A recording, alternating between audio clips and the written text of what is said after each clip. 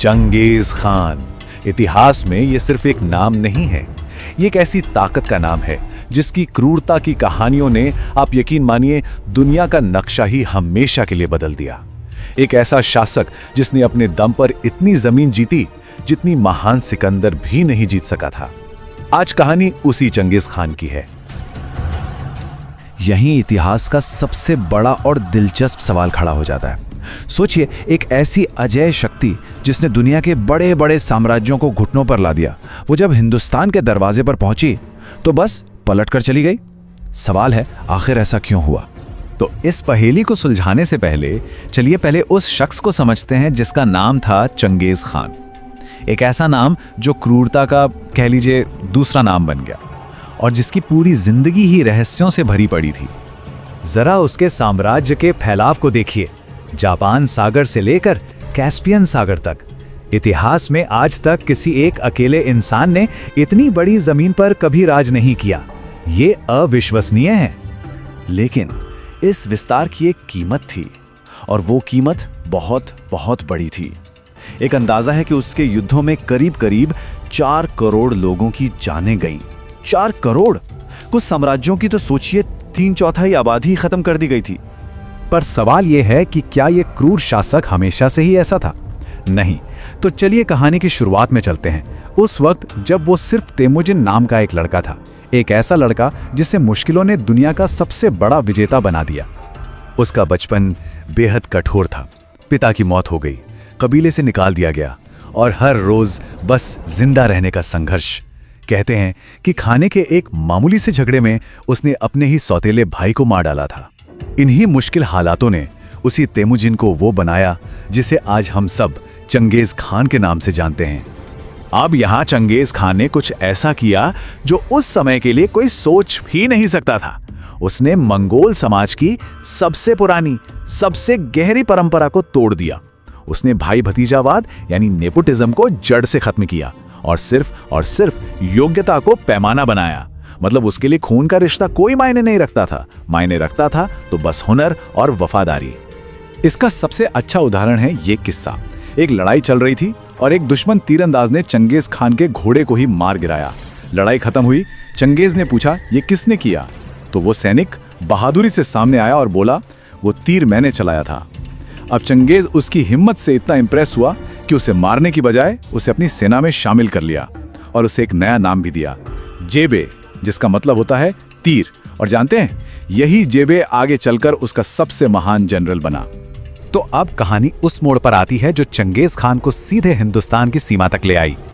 ये टकराव था उस समय के एक बहुत शक्तिशाली साम्राज्य ख्वारिज़मियन एम्पायर के साथ। और देखिए ये सब हुआ कितनी तेजी से। चंगेज ने तो बस व्यापार के लिए दोस्ती का हाथ बढ़ाया था, लेकिन उतरार के गवर्नर ने उसके सारे व्यापारियों का कत्ल कर दिया। इसके बाद भी चंगेज ने सब्र रखा और इंसाफ मांगने के लिए अपने दूत भेजे। लेकिन उस सल्तनत के शाह ने क्या किया? उसने एक दूत का सिर कलम करवा दिया और बाकियों की दाढ़ी मुंडवा दी, जो मंगोल कल्चर में सबसे बड़ा अपमान माना जाता था। बस यही वो पल था जब शाह ने अपनी पूरी बर्बादी का ऐलान खुद कर दिया। बुखारा शहर को जीतने के बाद चंगेज खान ने कहा था, मैं ईश्वर का दंड हूं। अगर तुमने बड़े पाप न किए होते तो ईश्वर मुझ जैसा दंड तुम्हारे ऊपर कभी ना भेजता। इन शब्दों से पता चलता है कि वो अपनी जीतों को किस नजर से देखता था, एक तरह की डिवाइन पनिशमेंट। ख्वारिज़मियन साम्राज्य तो खैर ताश के पत्तों की तरह ढह गया, लेकिन शाह का बेटा जलाल अल-दीन किसी तरह बच निकला। और बस इसी भागे हुए राजकुमार का पीछा करते करते चंगेज खान सीधे हिंदुस्तान की दहलीज पर आ पहुंचा। और अब कहानी अपने क्लाइमैक्स पर पहुंचती है। जरा उस सीन की कल्पना कीजिए। एक तरफ चंगेज खान की लाखों की विशाल सेना, दूसरी तरफ सिंधु नदी बह रही है और नदी के उस पार हिंदुस्तान। ये साल था 1221। जलाल अल-दीन अपनी जान बचाने के लिए सिंधु नदी में कूद गया और तैरकर भारत की धरती पर पहुंच गया। और चंगेज खान वो किनारे पर खड़ा सब कुछ देख रहा था। उसके पास उस वक्त दुनिया की सबसे ताकतवर, सबसे खूंखार सेना थी और हिंदुस्तान बस एक नदी की दूरी पर था। तो सवाल ये है कि उस सबसे बड़े, सबसे निर्णायक पल में चंगेज खान ने क्या फैसला किया? क्या वो उस नदी को पार करेगा जिसे पार करना उसकी सेना के लिए कोई बड़ी बात नहीं थी, या वो वहीं से वापस लौट जाएगा? तो चलिए अब इस सबसे बड़े सवाल का जवाब ढूंढते हैं। और जवाब ये है कि चंगेज खान का वापस लौटना उसकी कोई कमजोरी नहीं थी, बल्कि ये एक बहुत ही सोचा समझा एक स्ट्रेटेजिक फैसला था। इसके पीछे एक नहीं कई बड़े कारण थे। पहला, दिल्ली के सुल्तान इल्तुमिश ने बहुत समझदारी दिखाई। उसने जलालुद्दीन को पनाह देने से साफ इनकार कर दिया, तो चंगेज को हमला करने का कोई बहाना ही नहीं मिला। दूसरा बड़ा कारण था हिंदुस्तान का मौसम। मंगोल सैनिक और उनके घोड़े ठंडे सूखे मौसम के आदी थे। यहाँ की भीषण गर्मी और उमस उनके लिए जानलेवा साबित हो सकती थी।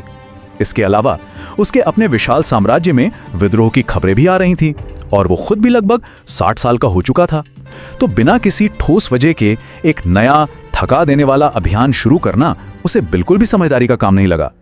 लेकिन भारत पर हमला न करना चंगेज खान से जुड़ा अकेला रहस्य नहीं है, पता है। उसकी तो पूरी जिंदगी ही रहस्यों का एक ऐसा जाल है जो आज भी इतिहासकारों को उलझाए हुए हैं। उसकी दूरदर्शिता का एक और उदाहरण देखिए, याम सिस्टम। ये उस जमाने की, आप कह सकते हैं, एक तरह की सुपर फास्ट घुड़सवार कुरियर सर्विस थी। इस नेटवर्क की वजह से साम्राज्य के किसी भी कोने से कोई भी खबर उस तक पलक झपकते पहुंच जाती थी। ये सिस्टम उसकी आंखें और कान की तरह काम करता था। और एक बात जो और भी हैरान करती है वो ये कि इतिहास के सबसे शक्तिशाली इंसानों में से एक चंगेज खान असल में कैसा दिखता था, ये आज तक कोई नहीं जानता। उसने कभी अपनी कोई तस्वीर या मूर्ति बनने ही नहीं दी, है ना अजीब बात। और आखिर में उसका सबसे बड़ा रहस्य उसकी कब्र। कहते हैं उसे एक बिल्कुल अनजान जगह पर दफनाया गया और उसके जनाजे में शामिल हर एक इंसान को मार दिया गया, ताकि ये राज हमेशा के लिए राज ही रहे। एक मान्यता तो ये भी है कि अगर उसकी कब्र कभी मिल गई तो दुनिया का अंत हो जाएगा। 800 साल बीत चुके हैं, लेकिन ये रहस्य आज भी अनसुलझा है। और सवाल वहीं का वहीं है कि अगर ये कब्र कभी मिल गई तो क्या होगा।